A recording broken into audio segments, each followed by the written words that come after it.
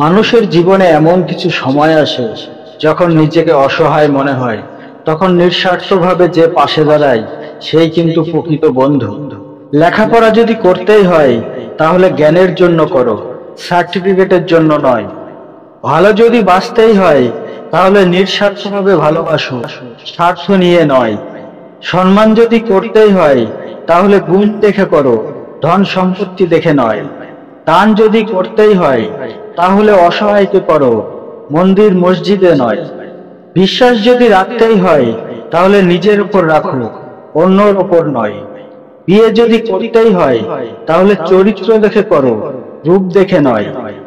যার কাছে একটা সত্যিকারের মন আছে সে কখনোই একসাথে হাজার জনকে ভালোবাসতে যায় না, বরং সে একজনকেই হাজার রকম ভাবে ভালোবাসে।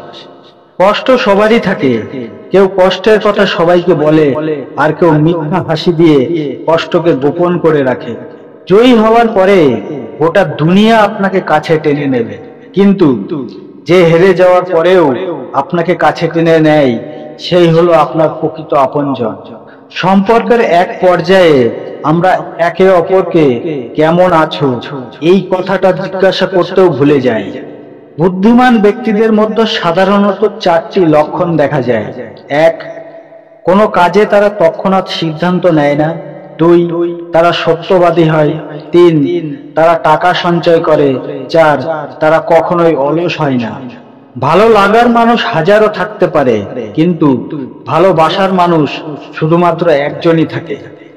লাইফে এমন কিছু সময় আছে যেখানে আপনার কোনো দোষ নেই, তবুও সবকিছু আপনার বিরুদ্ধেই যাবে। প্রশংসা সেটা নয় যেটা তোমার উপস্থিতিতে করা হয়, প্রশংসা হলো সেটাই যেটা তোমার অনুপস্থিতিতে করা হয়।